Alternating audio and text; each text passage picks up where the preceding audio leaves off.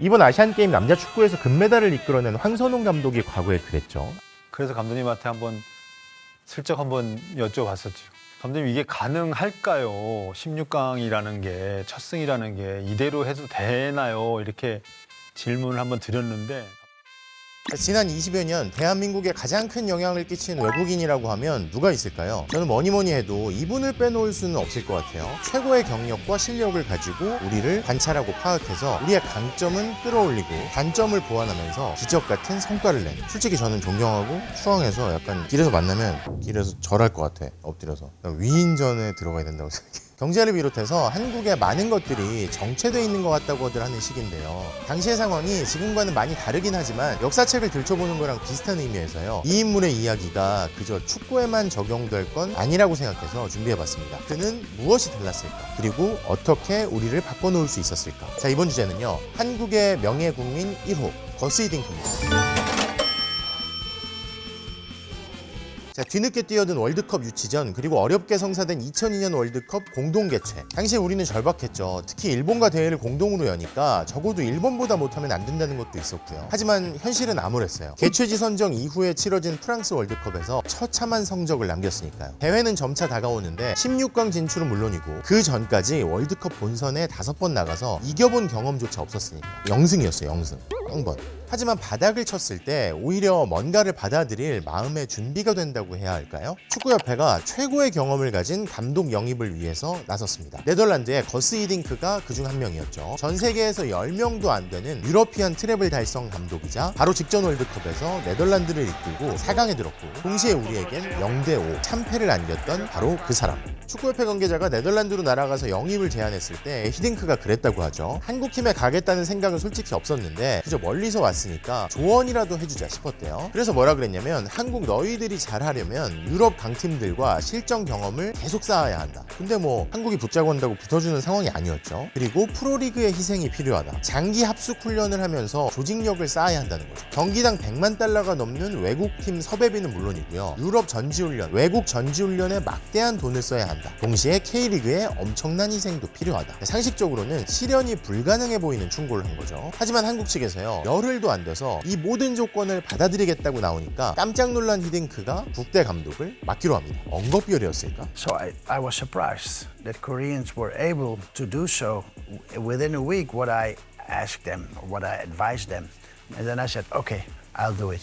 자, 그러면 히딩크는 어떤 감독이었느냐? 독특한 경력을 가진 인물이었어요. 처음부터 프로축구 선수로 출발한 게 아니었고요. 스포츠 교육대학을 졸업하고 지도자 자격증을 딴 다음에 지역팀 코치로 일을 하기 시작했는데 감독이 선수도 모자라고 당신 나이도 어리니까 그냥 코치만 하지 말고 선수 겸 코치로 뛰어보라더래. 그래서 우연한 기회에 프로팀 선수로 뛰기 시작합니다. 선수를 하고 싶었는데 기회가 온 거죠. 참고로 그래서인지 히딩크가 할 줄 아는 스포츠가 되게 많죠. 코칭 능력도 여러 종목에 있고 한국에 와서도 이게 무릎 수술하고 난 이후인데요. 젊은 기자들이랑 북한산인가 등반을 했는데 당시에 많은 기자들이 그랬대요. 히딩크 감독이 나이도 있고 덩치도 있고 수술도 한 직후고해서 무시했는데 산을 올라가는 게 엄청 빠르더래요. 그러니까 기자들한테 막 젊은 사람들이 이것도 빨리 못 오냐고 막 뭐라고 해서 거의 막 날아가듯이 막 뛰어 올라갔을 때 그래서 아니 저 사람이 저게 가능한가? 아무튼 근데 지금도 그렇지만요. 유럽에는 워낙 많은 클럽들이 있잖아요. 그래서 코치 겸 선수라고 해도 큰 클럽도 아니고 주급도 변변치 않으니까 저녁에는 야간 대학을 다니면서 체육교사 자격증 받으려고 공부도 동시에 했었대요. 그렇게 해서 아침에는 유소년 팀에서 아이들을 가르치고 오후에는 프로 선수로 훈련을 하고 저녁에는 또 체육교사가 되려고 야간 대학을 다니고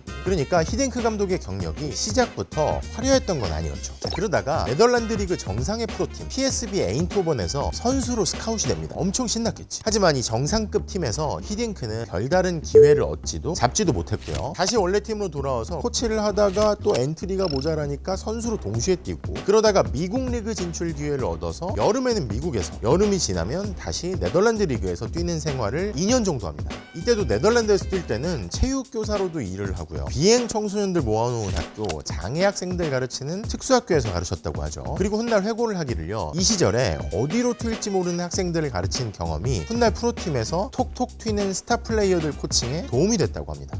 애들이 말을 얼마나 안 들어. 또 비행 청소년들을 모아놨으니까 막 해가지고 어르고 달래고 막 이렇게 압박도 하고 했는데 프로팀에서 또 국대에서 막 스포츠 스타들이 막 모여있는데 그 사람들을 심리전으로 막 이렇게 압박하고 어르고 달래고 이렇게 막 끌어올리고 하는데 도움이 됐다는 거죠. 자, 근데 여기서 재밌는 부분은요. 이렇게 네덜란드에서도 바쁜데 유럽 클럽 비시즌에 미국까지 가서 축구를 한 게 미국에서 돈을 더 많이 줘서였을까? 아니었어요. 돈은 네덜란드보다 미국이 적게 주는데 그냥 미국에 가보고 싶더래. 배웠던 영어도 한번 실생활에서 써보고 싶고. 히딩크는 자서전에서 이렇게 얘기합니다. 난 지금도 돈은 큰 문제가 아니라고 생각한다. 미국으로 간 건 미국에서 축구를 해보고 싶었기 때문이다. 나는 항상 내가 하고 싶은 일을 했고 돈은 그 다음 문제였다. 돈을 아무리 많이 준다고 해도 즐겁지 않은 일을 하기는 싫었다. 그래서 나는 어느 팀 감독을 맡더라도 항상 내게 주어진 여건부터 살핀다. 그래서 내 목표를 달성할 수 있다는 판단이 서면 그제서야 계약 조건을 협상한다. 돈은 항상 보수적인 것이다. 아마 히딩크가 훗날 한국 대표팀 감독으로 오게 된 것도 이런 성향이 있었기 때문에 가능하지 않았을까 싶은데요. 물론 이렇게 경력들을 거치면서 연봉 협상을 되게 잘하는 감독으로도 유명했어요. 또 한국팀에 오기 직전에 클럽 팀들에서 이력이 좀 꼬여서 한국에 오게 됐다는 얘기들도 있죠.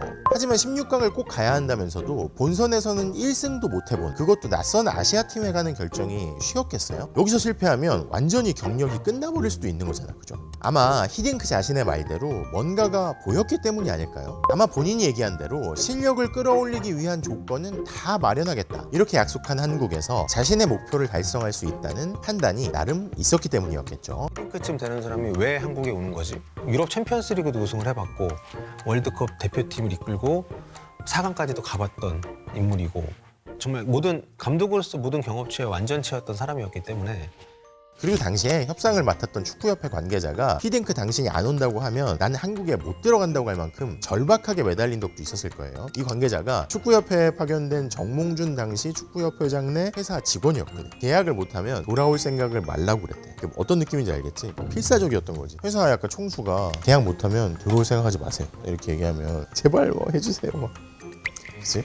그래서 뭐 나이지리아 대표팀 등등의 뭐 강팀들도 영입 제안들이 있었는데 아주 이렇게 적극적이진 또 않았었고, 한국팀 이렇게 적극적인 나라가 있었겠어? 월드컵을 개최했지. 당연히 16강 막 가야 된다는 국민의 여망이 있지. 전 월드컵에서 참패했지.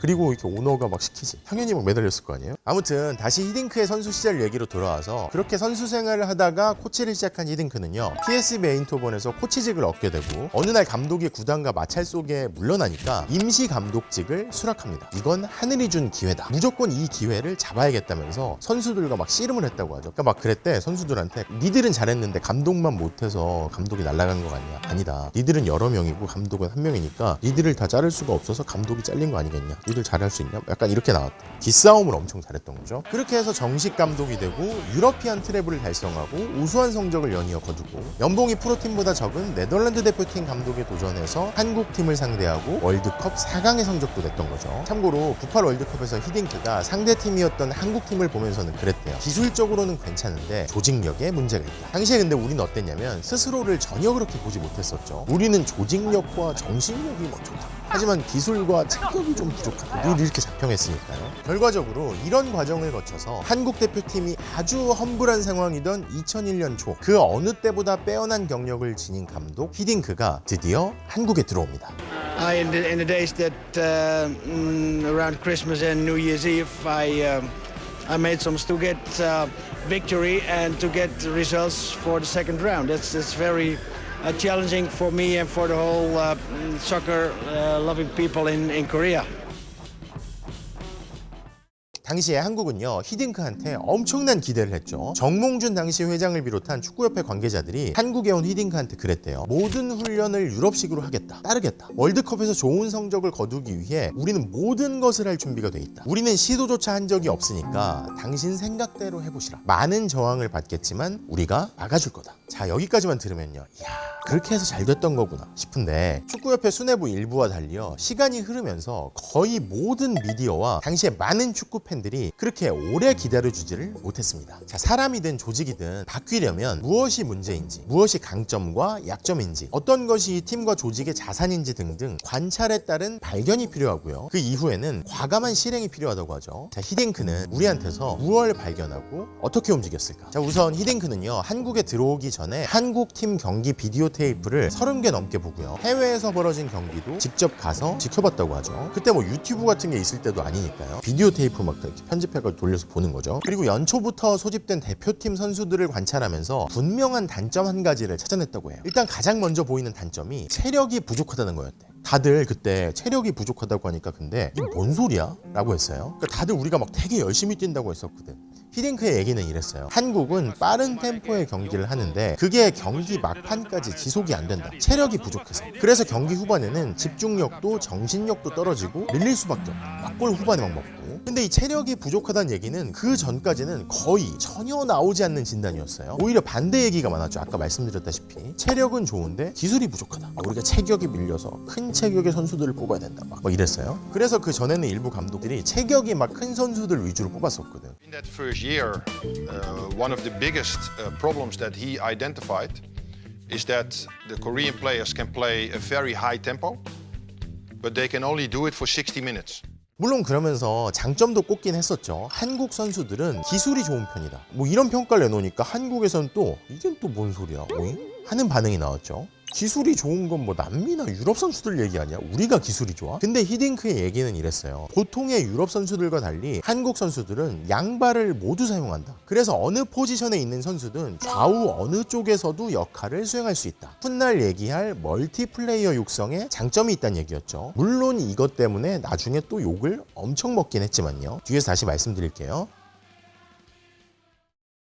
그리고 히딩크의 관찰은 계속 이어집니다. 옷차림과 습관, 밥 먹는 문화까지. 왜 밥 먹는 분위기를 보면 그 팀의 분위기도 꽤 알 수 있다는 게 히딩크의 생각이었다고 하는데요. 한국 사람들 스스로는 한국인들 자기네들을 두고 어떻게 보면 말을 잘 듣고 통일이 잘 된다고들 하는데 자기가 보니까 꼭 그렇진 않더래. 규율이 있어야 할 때는 없고 실력으로만 부딪혀야 할 자리에서는 또 위아래 따지는 식으로 쓸데없이 규율을 맞추는 좀 이상한 규율이 있더래. 그래서 어떻게 했느냐, 팀으로서 단체로 움직일 때는 규율을 엄하게 따졌죠. 가령 국가대표팀이니까 자부심을 가지려면서 이동할 때부터 복장을 통일시키고 옷 색깔까지 맞추게 하고요. 외출할 때는 반바지를 절대 못 입게 하고 좀 의외죠. 유럽에서 왔으니까 굉장히 자유로울 것 같았는데 이런 면에서는 의외였죠. 또 팀 분위기가 드러난다는 식사 시간에는 어땠느냐, 식사 시작과 마치는 시간을 맞춘다. 그 전에는 선수들이 자유롭게 와가지고 각자 밥 먹고 이렇게 들어가고 막 했었대. 근데 같은 시간에 와서 밥 먹고 같은 시간에 일어나라는 거지.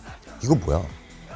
군대야? 뭐 약간 그런 느낌이지. 왜 그랬냐면 이건 단체 활동의 일부다. 그냥 밥 먹는 게 아니라 팀 전체가 움직이는 시간이니까 규율이 있어야 한다는 거죠. 당연히 식사 시간에 핸드폰도 못 쓰게 하고 일부러 식사 시간에 그랬대. 기술 분석관이었나? 외국인 스텝이 히딩크를 찾는 전화가 걸려왔다면서 식사 시간에 전화 바꿔준 거야. 그랬더니 불같이 화를 내면서 이게 단체 행동하는 시간에 왜 전화를 바꿔주냐고 화를 막 냈대. 다 같이 움직이는데 무슨 전화를 받냐. 그러니까 감독부터 솔선수범을 해서 다들 쫄게 만든 거죠. 못 쓰게 전화. 그리고 밥을 먹는 동안에는요, 한국 선수들은 고참들 따로 어린 선수들 따로 밥을 먹으니까 교류도 적고 후배가 선배한테 말을 붙이는 것도 뭐 다가가기도 힘들다고 하면서 일부러 섞어 앉아서 먹으라고 했다고 하죠. 서로 그냥 이름 부르게 하고 존댓말이 아니라 그냥 이름 불러라 했다는 거예요. 그래서 막 명보야 밥 먹자 이런 콘텐츠가 거기서 나오는 거지. 그러니까 훈련 때나 실전을 치를 때는 선후배 같은 거 따지지 말아라. 하지만 단체로 경기 밖에서 움직일 때는 쓸데없는 데서 기강을 잡지는 말라는 거지. 그게 팀워크를 높이는 게 아니라면서요. 자, 그리고 히딩크는 무엇보다도요, 선수들을 과거와 다르게 관찰을 했어요. 이게 무슨 얘기냐, 기존에 왜 대표팀 붙박이 멤버들이 있을 거 아니에요? 스타 플레이어들. 당연히 이 사람은 들어갈 거라고 예상됐던 고참 선수 리스트 같은 건 철저하게 무시했죠. 당신들이 여태껏 정해놓았던 기준이 맞는 거라고 생각하냐? 아니다. 한국 수준에 맞는 거? 아니다. 나는 나의 높은 스탠다드로 내가 직접 선수를 관찰하고 선택한다. 내가 보는 시야가 다르다는 거죠. 약간 기분 나쁠 수 있지만 사실이잖아. 그지? 근데 니네가 그냥 동네에서 이렇게 보는 거랑 월드 클래스에서 보는 거랑 다르다. 그 기준에 맞춰서 뽑으면 별일이 없다. 뭐 이런 거죠. 축구협회 소위 고인물들이 대표팀 소집 명단을 정할 때 협의하자고 하면요, 그냥 자기가 쓱 먼저 명단 발표해버리고 스타 선수들 길들이기도 계속했어요. 실력이 명성에 따라주지 않는다면서 계속 자극을 하고. 그러니까 그런 철학이 있었대. 진정한 스타라면 이렇게 내가 자극할 때도 꺾이는 게 아니라 오히려 자극을 받으면 더 강해진다는 거였죠. 항상 불려가던 안정환, 홍명보, 황선홍 같은 스타들을 안 부르기도 했으니까. AS 로마랑 경기를 하는 경기를 세리에서 리그에서 하고 있었는데 히딩크 감독이 보러 왔어요. 온다는 걸 제가 들었고 그 다음에 그냥 가셨어요. 그러니까 운동장에 잠깐만 얘기하고 그냥 갔어요. 보통 대부분 그러지 않거든요. 오면 꼭 선수랑 이야기하고 식사하고 모든 걸 물어보고 대화를 나누고 갑니다. 왜 그냥 갔을까라는 생각. 저는 그때 그랬어요. 아, 이제 월드컵은 못 갈 수도 있겠구나. 저는 사실은 처음에는 득점왕을 하고 했기 때문에 당연히 뽑힐 줄 알았어요. 근데 한동안 못 들어갔습니다, 대표팀에. 한동안 합류를 못했어요. 안 부르시더라고요. 다음번에는 좀 뽑힐 줄 알았는데 또 안 뽑습니다. 계속 그런 게 한 3-4번 정도가 있었어요. 본인들도 당황했대. 왜 안 부르지? 그렇게 막 이렇게 압박만 한 게 아니라 뭐가 부족하다라고 찝어주기도 했대요. 이런 거 강화해야 된다. 그러면서도 히딩크 사단이 직접 관찰해서 필요하다고 생각되는 선수들은 쭉 눈치를 안 보고 불러들였어요. 그러니까 팬들한테는 익숙하지 않았던 새로운 선수들이 계속 수혈됐죠. 박지성, 김남일, 이율용, 최진철 등등. 긴장감은 그렇게 크지 않았어요. 왜냐면 뭐 내가 여기 꼭 될 거라는 생각을 갖지는 않았었으니까요. 뭐 꾀를 부릴래야 부릴 수가 없었죠. 아무나 월드컵을 갈 수 있는 건 아니니까요. 뭐 지금은 와닿지 않지만 이게 어느 정도 강도였냐면요, 그 전 월드컵에서는 찾아보니까 개막을 1년 정도를 앞두고선 부상 선수를 제외하고는 대체로 엔트리에 큰 변화가 없었거든요. 뭐 젊은 신예들을 하나둘 등장시키는 정도, 베스트 11도 2배수 정도 안에서 정해졌어요. 그런데 히딩크 감독 체제에서는 어땠느냐, 취임 1년, 그러니까 대회 5달 전까지요, 무려 59명을 소집해서 계속 번갈아가면서 테스트를 했어요. 명단이 계속 바뀌는 거지. 대표팀에서는 한 번 스타가 되면 웬만하면 잘 빠지지가 않아요. 한 번 되면. 그러니까 실력이 누군가가 뛰어나도 이름 있는 선수가 있으면 심지어 더 축구를 잘해도 무명의 선수가, 이름 있는 선수가 선발로 나가는 그런 문화가 없지 않았어요, 사실은. 그런데 이제 히딩크 감독님이 처음 오셔서 저분은 동일하게 기회를 주고 정말 실력 위주로 선수를 선발해서 쓰려고 하시는구나. 그런 느낌을 선수들이 받았어요. 저도 받았고. 당시에 사람들이 어땠느냐? 야, 역시 명장이 다르다. 저렇게 선수들을 폭넓게 봐야 돼. 전혀 아니었죠. 사람들은 진짜 난리였어요. 아니 왜 무슨 멀티플레이어를 키운다면서 엔트리를 불안정하게 가져가냐? 잘하는 선수를 써야지 왜 쟤네를 뽑냐? 실험만 하다가 망할 거냐? 차라리 이렇게 성적이 안 나오는데 진득하게 사람을 그냥 박아두고 계속 경험을 쌓게 하면 적응이라도 할 텐데, 그러니까 발전이 없는 거 아니냐 등등 진짜 엄청 뭐라고 했어요. 막 신문 막 일면에 계속 나오고. 저는 그때 당시만 해도 뭐 신경을 전혀 안 썼어요. 대표팀에 대한 그런 게 마음이 떠나 있는 상태였었으니까요. 그동안 뭐 94년, 97, 98년 앞두고 뭐 대표팀 들어갔었지만은 23명 안에 들지 못하고 관중석에서 보면서 왜 또 그냥 또 나 또 아픔 겪기 싫다. 그래서 저 아직도 기억나요. 감독님한테 저 안 들어가겠다고. 내가 왜 거기 들어가서 왜 또 들러리만 해야 되느냐.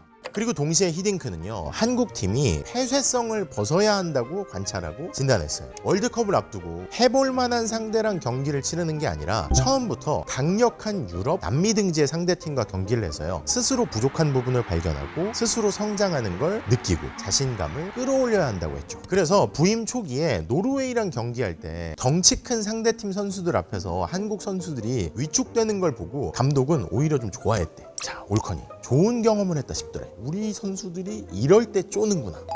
알았다. 자, 그러고 나서 체격이 좋고 실력이 좋은 유럽 팀들, 그런 팀들을 피해갔느냐? 아니죠. 오히려 일부러 더 붙었어요. 그리고 나서 바로 결과가 좋았느냐? 역시 아니죠. 대회를 1년 앞두고 프랑스와의 A매치에서 0-5로 참패를 하고, 체코와의 평가전에서 또 0-5로 참패를 하고, 별명이 그때 5-0이라고 붙었었죠. 조롱하는 거지. 나중에 히딩크가 그래. 내 별명이 있었는데 뭐지? 뭐 희동구요? 뭐 이렇게.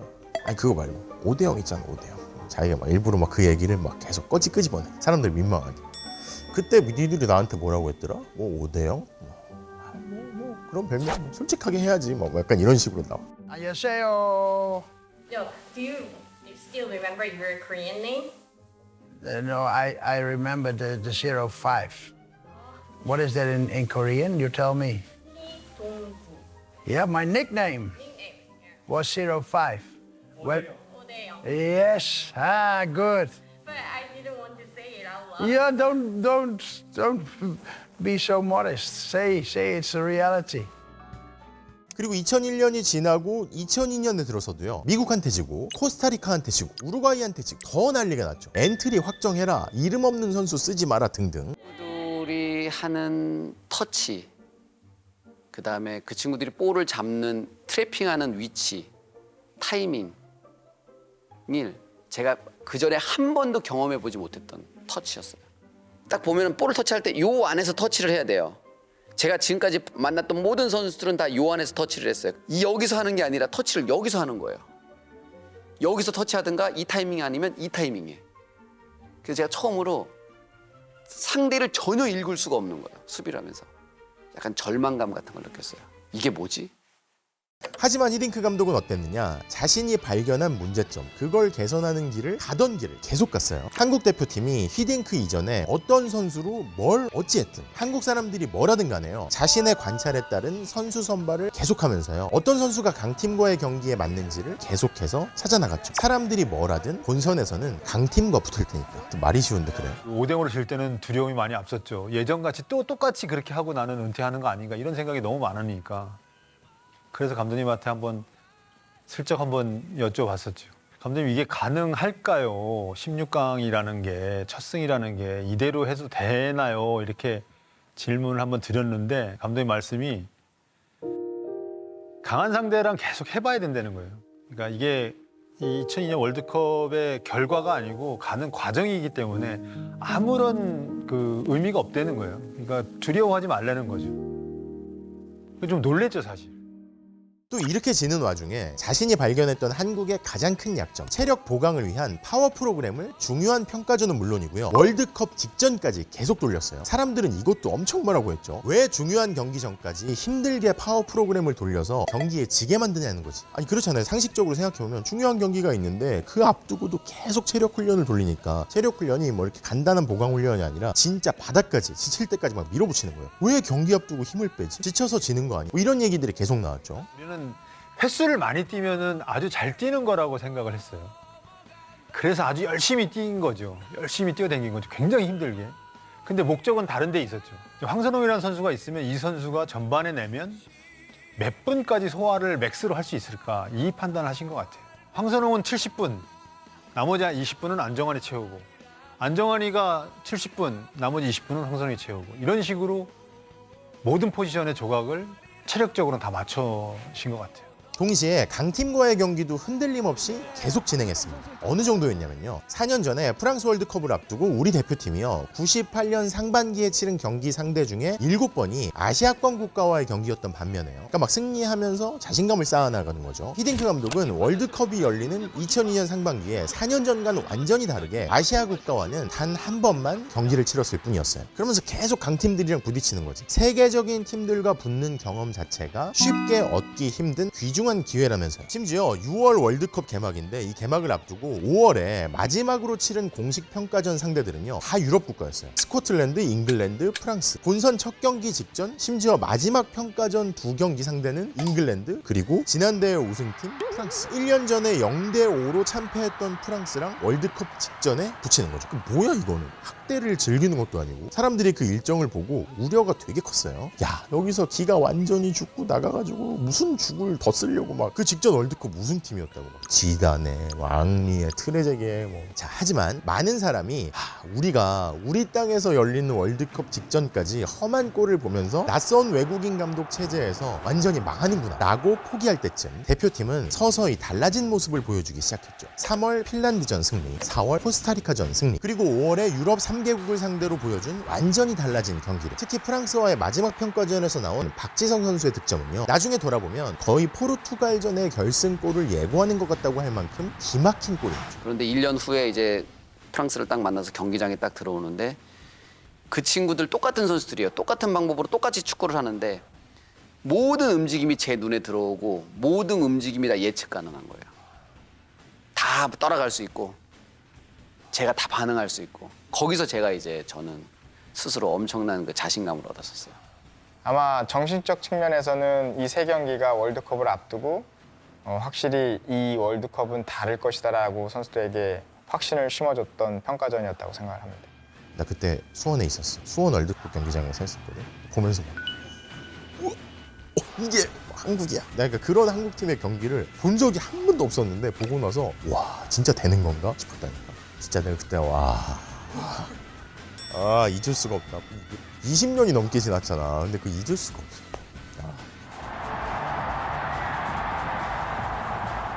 그리고 아시다시피 지금까지는 본 게임을 준비하기 위한 경험 쌓기에 불과했다는 것을 증명하듯이요. 월드컵이 개막하자 첫 경기부터 쭉 중요한 경기를 앞두고 힘을 뺀다고 욕을 먹었던 파워 프로그램은요. 덩치 큰 외국 선수들과 쉼없이 몸싸움을 하고 경기 끝날 때까지 무섭게 뛰어다니는 한국 선수들의 체력으로 성과가 입증됐고요. 멀티플레이어를 쓰기 위한 쉼없는 실험도 궁지에 몰렸을 때 효과를 톡톡히 봤죠. 이탈리아전에서 1대0으로 선취골을 먹고 지고 있을 때 후반전에 수비수들 빼고 공격수들 쫙 집어넣었을 때 수비가 밀릴 수 있잖아. 근데 멀티플레이어로 사람들이 쫙 돌면서 이게 그때 멀티플레이어 실험이 없었으면 불가능했을 거예요, 그 경기가. 그리고 선수들은 포르투갈, 이탈리아, 스페인 세계 최강의 상대들을 만나서도 결코 쫄지 않는 모습을 보여줬습니다. 그 전에 강한 상대랑 붙었던 경험들이 밑바탕이 됐던 거였겠죠. 게다가 히딩크 감독은요, 대표팀 내부뿐만 아니라 경기 외적인 면에서도 명장의 경험이구나 싶은 모습을 계속해서 보여줬어요. 리더로서 절대 주눅들지 않는 자신감을 한결같이 보여줬고요. 그리고 막 이기니까 사람들이 16강 나가가지고 되게 만족했거든. 이탈리아 16강에서 붙으니까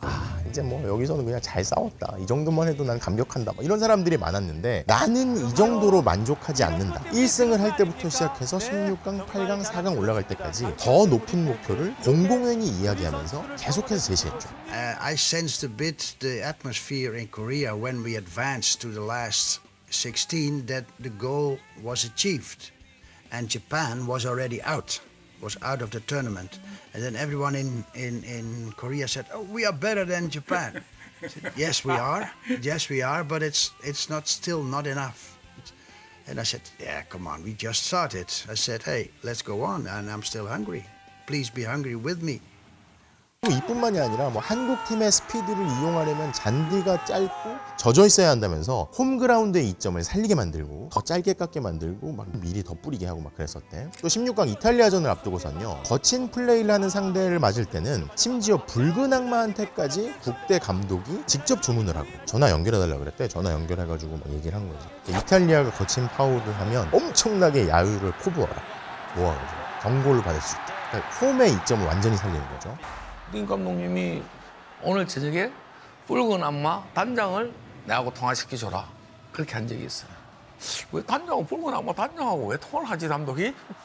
알고 봤더니 항의를 하게 되면 붉은 악마에서 심하게 심판한테 좀 심판의 압박을 받을 수 있는 만큼 좀 야유를 해라.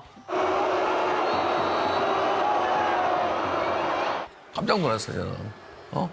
야, 벌써 관중들에 있는 그런 것까지 심리전을 이용해서 심판을 압박하는구나. 또 8강 스페인전에서는 승부차기까지 가는 승부를 예상해서 페널티킥을 집중적으로 연습시키고 선수단 선발, 체력과 조직력 끌어올리기, 부상 선수 치료, 상대팀 분석, 미디어 대응 능력과 미디어를 통한 심리전, 경기장 안팎에서 일어나는 상황에 대응하는 부분까지. 히딩크 감독은요, 2002년 월드컵을 통해서 왜 뛰어난 지도자가 필요하고 왜 우리가 앞선 이들의 경험에서 배워야 하는지, 성장을 위해서는 기다리는 시간도 필요한지를 누구보다 잘 알려준 인물이었죠. 물론 국민들과 당시 축구협회의 전폭적인 지원이 밑바탕이 됐겠지만요, 선수들도 아주 잘 따라줬고. 하지만 히딩크 감독 덕에 2002년의 기적 같은 결과가 가능했음을 부인할 사람은 많지 않을 거라고 봅니다. 자, 처음부터 끝까지 히딩크 감독 얘기를 했지만요, 사실 꼭 축구 얘기를 하려던 것만은 아니고요. 세상 많은 일이 축구만큼 혹은 그보다 훨씬 복잡하겠지만 한국 축구가 히딩크 시대에 변화하고 성장했듯이 성공의 경험과 탁월함을 통해서 우리가 배울 수 있는 영역은 많으니까요. 저를 포함해서 히딩크 감독의 이야기를 다시 보시는 많은 분들이 어디에 계시든 어떤 상황에 놓이셨든 간에 탁월함에서 배우고 시간이 걸리더라도 더 성장했으면 좋겠다는 생각을 하게 되더라고요. 자, 히딩크 감독의 이야기를 다시 짚어보면서 여러분은 어떤 생각이 드시나요? 자, 끝으로요. 다시 없을 2002년의 기쁨을 선사해준 히딩크 감독께 20년이 넘게 지났지만 지금도 진심으로 감사하다는 인사를 전하면서 히딩크 감독님의 건강과 행복을 기원하며 이번 편 마치겠습니다. 감독님 진심으로 감사합니다.